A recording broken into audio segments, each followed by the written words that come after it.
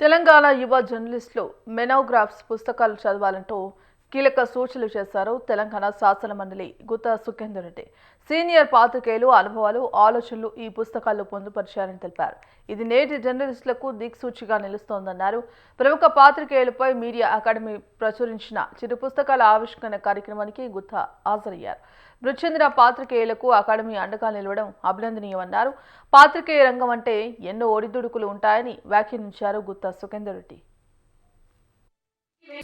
ప్రధానమైనటువంటి మార్పులు పత్రికలు చదివేటువంటి మన పాఠకుల యొక్క సంఖ్య కూడా తగ్గిపోతుంది.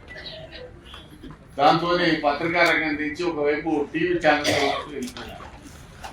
ఇప్పుడు టీవీ ఛానల్స్ పరిస్థితి కూడా బాగాలేదు, ఎందుకంటే అంతా డిజిటల్ వైపు వెళ్ళిపోయినారు.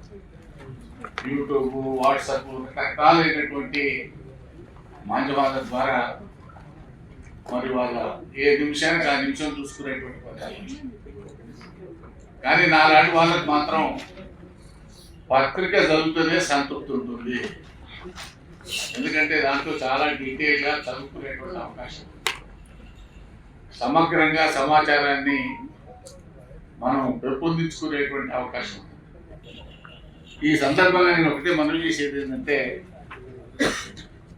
ఈ మోనోగ్రఫీ పుస్తకాలు ఏవైతే ఉన్నాయో నేటి తరం పాత్రికేయులకు ఒక దిక్సూచి లాంటివనేటువంటి విషయాన్ని నేను ఈ సందర్భంగా మనవి చేస్తాను. ఎందుకంటే దీంట్లో వాళ్ళ యొక్క భావజాలం, వారు నిర్వహించినటువంటి పాత్ర, వారికి ఉన్నటువంటి అనుభవాలు, ఇవన్నీ కూడా నేటి తరం పాత్రికేయులకు